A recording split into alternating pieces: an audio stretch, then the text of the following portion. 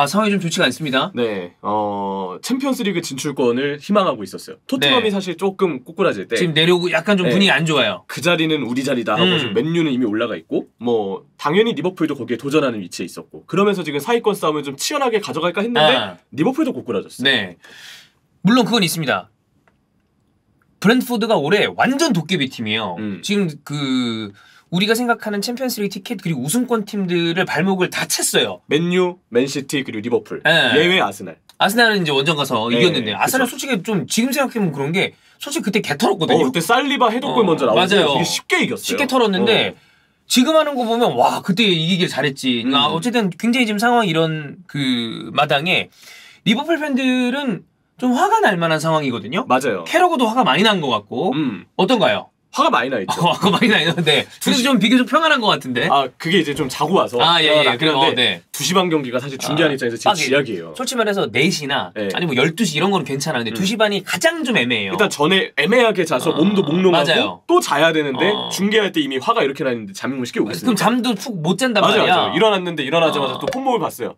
내가 본 게 꿈이 아니구나 생각이 다시 드니까 또 빡치고 그런 이제 일상의 반복인데 중요한 거는 팬들은 이번 시즌만 보고 있는 게 아니라는 거예요. 그죠. 그 이전부터 쭉 시즌을 팔로우하고 보고 있잖아요. 그래서 저는 이번 영상의 부제를 내다버린 4년으로 꼽았습니다. 4년? 네, 내다버린 10년 말고 내다버린 4년. 근데 그 4년 동안의 리버풀의 그 스토리를 보면 왜 팬들이 지금 중원 영입에 그렇게 화가 나 있고 왜 캐러건은 오늘 무슨 랩을 하듯이 스카이 스포츠 방송에서 비판을 했으며 화가 많이 났어. 계속 트위터 멘션이 올라왔죠. 그리고 왜 리버풀은 그 중원 보강 어떤 구단의 어떤 운영에 있어서 그만큼 많은 비판을 받아왔는가 이걸 좀 우리가 확인을 할 필요가 있어요. 그러면 그걸 먼저 제가 물어보겠습니다. 네. 구단주의 의지에 따라 요즘은 팀의 어떤 방향성이 결정이 됩니다. 첼시는 볼리 체제로 이제 바뀌었고 볼리에 관련된 이제 컨소시엄이죠. 네. 그래서 이제 투자를 하려고 그러는 것 같아. 엔조 돈 쓰는 거 보니까. 네. 부럽네요. 그렇죠. 지금 맨유는 글레이저의 매각 얘기도 나오지만 어느 정도 매각할지 알 수 없어요. 그리고 맨시티는 뭐 전폭적인 지원을 받고 있는 상태. 아스날도 조시가 많이 밀고 있습니다. 많이 밀고 있어요. 팬웨이 스포츠 그룹은 그러면 리버풀을 밀어줄 생각인 거예요? 아니면 현상 유지를 하고 싶은 거예요? 아니면 매각을 하고 싶은 거예요? 일단 매각에 대해서는 지금 나오고 있는 뉴스가 별다른 진전이 없대요. 없다. 네, 그러니까 지금 상황이 극적으로 변하진 않을 것 같다라는 생각이 좀 들고. 그러면 이 상황에서 현상 유지를 하려면 제 생각은 항상 그래요.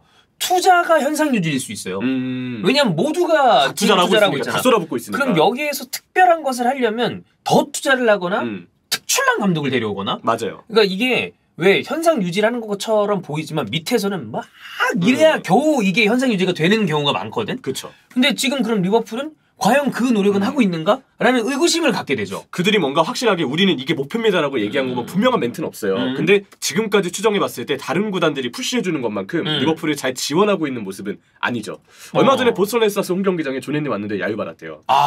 그래? 이게 좀 상징적이라고 보이는데 이 사람은 어느 정도 구단 자체의 자생을 좀 중시하고 거기서 건전한 구조를 만들려는 것 같거든요. 난 그게 나쁜 거라고 생각하진 않아. 리버풀한테 그게 도움이 됐어요. 12년 전에 그 아스날전에 페페레이나가 그 공 못 잡아주고 막 그 자책골 넣고 호디슨 암흑기 때 파산 얘기까지 나오고 그랬던 팀을 정상화시킨 것도 팬의 스포츠 그룹이니까. 근데 지금은 그보다 더 투자를 통해서 다른 프리미어리그 구단들의 경쟁에 합류할 필요가 있는데 그 스텝까지는 밟지 않고 있는 거죠. 그러니까 결국은 현상 유지가 아니고 본인들이 현상 유지를 원하는 걸 수도 있지만 도태되고 있고. 나는 챔스 티켓을 딸 수 있다면 솔직한 얘기로 그 벵거도 그런 식으로 운영을 해오면서 버텼잖아.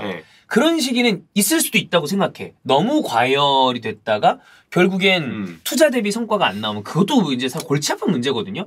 그리고 그들 입장에서 장사라는 마인드로 사업이라는 마인드로 접근을 한다면 챔피언스리그 티켓을 따면서 유지하면서 이게 사실 제일 베스트일 수도 있어.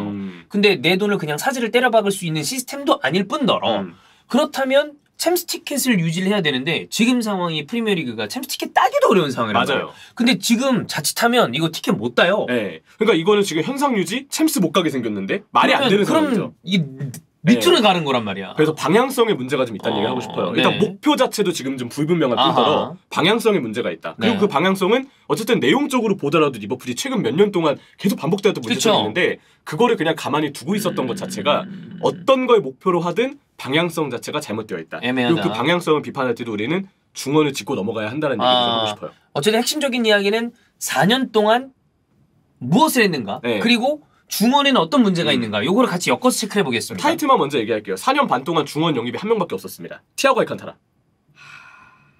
네, 말고는 없었어요. 그래서 이거를 좀 정리해보면 4년 전에 리버풀은 한 2017-18 시즌이나 네. 2018-19 시즌 정도로 봐야 됩니다. 그 헨밀둠이라고 하죠. 네, 헨밀둠이 기동력을 막 네. 보여주고 많이 뛰고 이때만 해도 그 3명 다 활동량들이 좋았어요. 맞아요. 몸도 민첩하고 중앙에서 개싸움 가능한. 맞아요. 네. 그리고 그때 2017-18 시즌 후반기 때 체인벌린이 성장을 합니다. 그래서 체인벌린이 볼을 끌고 올라주면서 맨시티전에 중거리 빡빡 꽂아주고 박스 타격해주고 예. 그러면서 중원 공격력을 더해줬는데 그 2017-18 시즌 챔피언스리그 4강 로마전 때 무릎 부상을 좀 당하죠. 그러면서 그 다음 시즌까지 거의 대부분을 좀 날렸던 체인벌린이고 그 2018년 여름에 파비뉴를 영입합니다. 그래서 이제 햄파둠이 되잖아. 맞아요. 수비형 미드필더 쪽에 이제 파비뉴가 보강이 되면서 기존의 중원 경쟁력을 조금 더 업그레이드 해주고 네. 방향성도 유지를 하게 됐죠. 근데 이 시기에 나비 케이타도 동시에 팀에 합류를 했어요. 근데 그게 아마 이렇게 될 거라고는 클럽도 생각을 못했을 거야. 이때 케이타를 영입한 건 제 생각엔 역시 다른 많이 뛰고 좀 전투적으로 막 압박해주는 스타일 말고 볼을 좀 이쁘게 차면서 네. 운반해주고 빌드업에 도움을 줄 수 있는 선수. 그 선수를 좀 기술적인 선수를 노렸고 그래서 나비 케이타가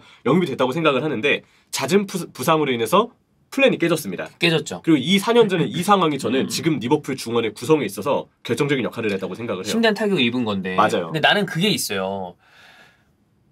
어떤 팀이든 사람이든 계속해서 선택을 합니다. 근데 그 선택이 다 맞을 수가 없어. 맞아요. 운이 완따를 수도 있고. 운도 있을 것이고 선택의 확률이라는 건 항상 알 수가 없잖아 우리가. 그걸 어떻게 다 예상하고 삽니까? 네. 다 예상이 가능하면 뭐 누구든 부자 잘 되고 살겠지. 그렇죠. 그러면 실패는 할 수 있다.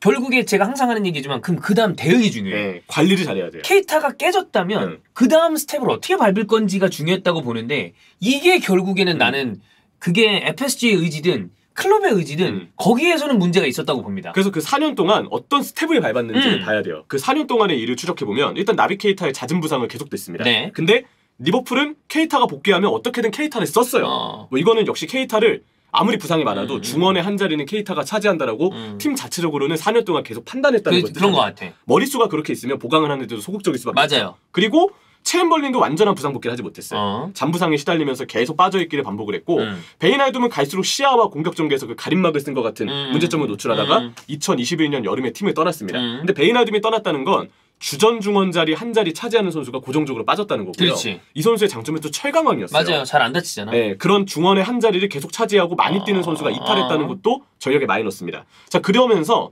핸더슨 파비뉴가 팀 중원의 핵심 역할을 4년 동안 맡았으나 갈수록 과부하가 오면서 지쳐갔고요. 그리고 그들도 나이가 들고. 맞아요. 그리고 그동안 티아고 알칸타라가 유일하게 영입됐습니다. 네. 근데 티아고도 잔부상이 있어서 빠진 경기가 많은데 근데 나오면 또 다르잖아요. 그렇지. 이것만큼은 그래도 플러스. 그리고 어린 선수들의 성장이 기대보다 너무 더딥니다. 난 어린 선수를 지속적으로 쓰려고 하는 시도는 당연히 있어야 된다고 보는데 그것도 주전조가 굳건한 상황에서 컵대회라거나 경험을 쌓게 만들어야 되는데 이게 구멍이 난 거를 억지로 믿고 키우다 보면 얘네들도 부담이고 성적이 안 나오면 슬럼프에 빠질 수 있고 맞아요. 팀 성적도 내려오고 결국에는 지금 생각나는 게 그 친구 누구야? 커티스 존스라거나 코존. 아니면 막 요즘에 엘리엇이라거나 욕먹는 엘리엇. 그러니까 결국엔 그러면 둘이 그런 거 있잖아. 되게 미완의 대기야. 아주 얘는 괜찮을 것 같아. 근데 얘가 애매한 타이밍에 쓰기 시작하면 성장을 다 못하고 지는 경우도 있고 그러니까 물론 거기서 터지는 경우들도 있어요. 그만큼 뛰게 하면 그건 뭐 또 걔의 능력인 거니까. 그러니까 이게 결국엔 다 좀 애매모호하게 돌아간 게 아닌가. 지금 걱정되는 게 그 괴에 있는 선수가 파비오 까르바이유예요. 까르바이유가 챔피언십 플럼에서 진짜 잘했는데 프리미어리그 와서 지금 사이즈 문제를 극복하지 못하고 리버풀에서 어디서 뛸지도 안 정해져 있거든요. 그러면서 지금 까르바이유가 꽤 괜찮은 유망주였는데 지금 리버풀에서는 정착이 안 되고 시간 허비하면서 그냥 이 선수의 어떤 포텐셜 자체가 좀 영향을 받지 않을까. 애매해진 거 아니냐. 그런 게 조금 지금 걱정이 좀 되는 거죠. 그래서 지금 상황들이 케이타, 체인벌린 잦은 부상, 베이나이둠의 이탈, 핸더슨 파비뉴의 폼 저하, 뭐 티아고 영입은 그렇다 치더라도 어린 선수들의 더딘 성장 이 상황이 1, 2년 끌고 가졌으면 그래 플랜이 뭐 원하는 대로 항상 이루어지는 건 아니니까 그래 어긋날 수 있다. 1, 2년이면은 그래도 눈 감아줄 수 있어요. 근데 이거를 무려 4년이나 반복을 했습니다. 4년 동안 분명 이러한 문제점들이 중원에 계속 노출돼 있었는데 중원 보강이 티아고 알칸타라 한 명뿐이었다는 사실은 좀 문제에 대해 삼아야 되는 부분이라고 생각을 해요. 제가 자주 얘기하는데 저 일을 처리할 때 세 가지를 항상 중요하게 생각합니다. 데드라인. 언제까지 할 건가. 이게 안 되면 넘어가야 돼. 2년 차 됐을 때 안 되면 난 이걸 다음 스텝을 밟았어야 된다고 봅니다. 그런 거 있잖아. 취업 준비하다가 여기를 도전해봐. 한 3년 도전해봤어. 아나운서 같은 경우에 그렇게 많이 해요. 네. 한 다음에 3년 안 됐어. 이거 내 길 아니다. 안 그럼 먹고 살아야 될 거 아니야. 데드라인. 그 다음에 우선순위를 정해야 된다. 중원부강 우선순위 아니었나요? 우선순위였잖아. 근데 이것도 제대로 그러면 안 된 거야. 티아고 알칸타라는 영입했지만. 그 다음에 개량화가 중요하다. 개량화. 숫자로 봐야 눈에 보여. 근데 선수들 부상당한 거나 수치 보면 내려오는 게 보였을 거 아니야. 세 개가 다 안 됐으면 이거는 빨리 손을 썼어야 되는 게 아니냐. 이거에 4년이나 끌고 가지고. 네. 그래서 저는 이게 내다버린 4년이라고 얘기하고 싶어요. 중원에 있어서는. 그래서 지금 4년이 지나 지금 어떠냐. 중원 기동력 박살났습니다. 브랜트포드의 속도 에너지를 전혀 쫓아가지 못하는. 힘들어하더라고. 근데 이거 그 다니엘 파스의 멀티골이 나왔던 레스터전도 똑같았어요. 그러니까 그 걔가 멀티골 자책골 안 넣었으면 그 경기도 똑같았어요. 혹시? 리버풀 선수 아무도 골 못 넣었는데 네. 골 넣으랬더니 갑자기 코나테가 자책골을 넣더라고요. 그런 그림이 그려진 게 최근에 레이스고 팀 공격은 중원이 그냥 계속 먹히니까 측면에만 의존되는 문제가 더 반복이 됩니다. 중원에서 누가 박스로 들어가서 박스 타격을 해줘야 공격진의 부담도 줄일 수가 있어요. 근데 티아고 파비뉴는 사실 후방에 좀 남아있는 상황이고 이걸 제일 잘하는 선수가 핸더슨이었는데 핸더슨 폼 저하가 오면서 최근 시즌들의 역할을 못하고 있습니다. 그리고 공격적으로 올라갈 수 있는 중앙 미드필더들이 또 없어요. 선수 구성상. 케이타도 뒤에 남아있는 선수이기 때문에 이 부분에서 풀백과 공격진에만 공격이 좀 의존된다는 문제가 있죠. 자, 그리고 머릿수만 많은 중원. 유리몸이 너무 많아요. 케이타, 챔벌린, 맨날 못 나와. 커티스 존스, 이처진 선수, 아르투르. 네, 다 머리는 차지하죠. 중원에. 숫자만 보면 진짜 많아요. 그러니까 영입을 안 한 것 같은데 이거 정리를 그럼 우선 해야지. 월클급이라 생각되는 티아고 알칸타라 또 내가 정말 좋아하는 선수지만 자주 빠지는 선수란 말이야. 근데 그나마 나오는 게 이들보다 나으니까 티아고는 제외를 한 거예요. 그리고 마지막 이해할 수 없는 엘리엇 고집. 엘리엇이 사실 되게 아직 민첩한 선수가 아니에요. 그리고 나올 때마다 못하고 있습니다. 근데 클롭 감독이 지속적으로 선발을 유지를 하고 있는데 아무리 이번 브랜트포드전에 핸더슨이 내진탕이 있어서 명단제가 됐다고 해도 엘리엇을 굳이? 케이타가 레스터전 후반에 괜찮았는데 그렇다면 케이타를 써보는 게 낫지 않았을까에 대한 생각은 들만해요. 그 정도로 엘리엇도 지금 애매한 게 사실이죠. 그렇습니다. 그러면 4년 동안 정말 형철이가 이거는 시간을 버렸다. 맞아요. 허비했다라고 해도 과언이 아닐 정도의 행보를 보였는데 이거에 대해서 캐러거도 똑같이 얘기를 한 거 아니야. 맞아요. 이 얘기를 얘기했으니까 캐러거의 지금 말들은 되게 쉽게 이해가 되실 겁니다. 캐러거 한 말 정리해드리면 4년 반 동안 리버풀 한 명의 미드필더만 영입했다. 이게 이제 그들을 괴롭히는 차례다. 압박 안 되는 지금 상태에서 라인을 왜 끌어올리는지 모르겠다. 이게 정답이에요. 이거 형철이가 자주 얘기했어요. 이렇게 할 거면 라인 조절해라. 올리지 마라. 이번에 역습에 계속 털리는 거 속도에 털리는 거 보면 똑같아요. 매 경기 그냥 똑같고 클럽 철학에 맞는 선수도 없이 클럽 전술로만 경기하는 느낌. 이게 저는 이 의미로 해석되거든요. 더 이상 클럽의 전술을 수행할 수 있는 선수단의 상황이 아닌데 이들에게 맞는 전술 변화가 나오지 않고 있다. 똑같은 전술을 고집하는데 그 전술의 재료들이 지금 정상이 아니고 알맞은 구성이 아니니까 클럽도 변화를 못 주고 선수들도 안 맞고 뭐 아이러니한 상황이라는 거죠. 이건 어찌 보면 클럽에 대한 우회적인 약간 아쉬움의 표현일 수도 있어요. 전 그렇게 봐요. 지금 선수단에 맞는 전술이 아니다. 라는 점을 꼬집은 것 같고 백포를 보호해줄 선수가 필요하다. 나라면 파비뉴 옆에서 백포 커버에 도움을 줄 베이나이둠 성향의 선수를 영입할 것이다. 좀 더 쓸어주고 수비를 좀 더 보호해줄 수 있는. 개인적으로는 반대합니다. 오케이. 무슨 얘기인지 알겠어. 베이나이둠은 좀 한계가 있는 거죠. 네네네네. 근데 표현은 이해가 돼요.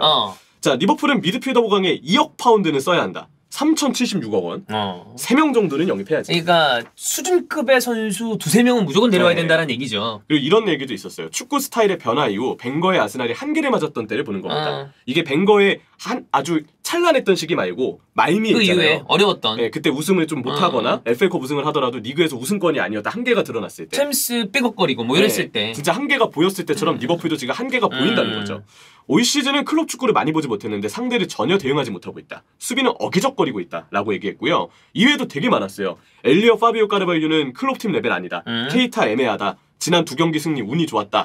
뭐 첫 실점은 전형적인 약팀의 실점 장면이다 등 진짜 솔직하고 굉장히 세게 비판했어. 계속 나오더라고요 얘기가. 그리고 내가 이제 이번 경기를 보면서 뭐 여러 가지 다른 부상 이슈도 있겠지만 반다이크도 나이 때문에 내려오는 게 이상하지 않아요. 맞아요. 그것까지 감안을 해야 됩니다. 반다이크가 뭐 하프타임 중에는 좀 결국 몸이 좀 안 좋아서 빠졌다고 하더라고요. 그건 맞아요. 근데 기량이 그러니까 절정의 기량에서 이제 그때만큼의 퍼포먼스가 계속 유지되는 선수가 잘 없어요. 원래 발롱 경쟁하던 2019년의 폼이 아니에요. 그때는 그냥 혼자 다 막았는데 지금은 그 상황은 아니고 마팁도 폼 떨어지고 이런 게 좀 보이고 있습니다.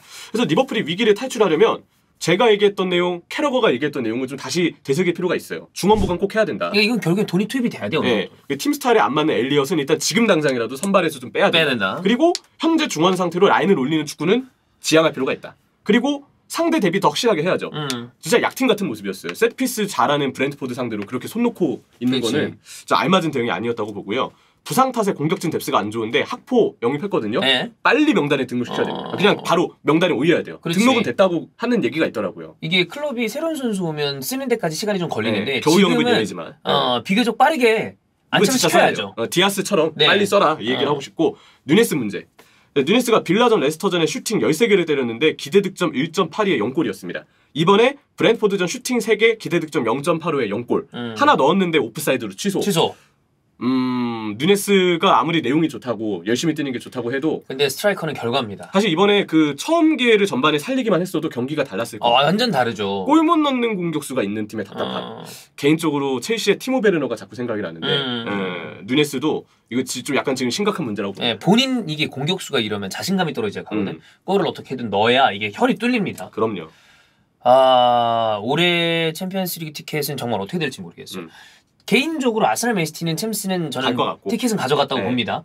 뉴캐슬도 꽤 강력해 보여요. 한 장을 지금은 맨유의 기세가 좋거든요. 맞아요. 근데 토트넘, 리버풀, 뭐 그다음에 첼시가 지금 약간 또 좀 어려운 상황인데 어렵죠. 이 팀들이 어떤 식으로 덤빌 수 있을지 모르겠지만 지금 승점을 계속 이렇게 드롭하면 나중에 아예 불가능해지는 수가 와요. 맞아요. 4년을 내다버린 결과다.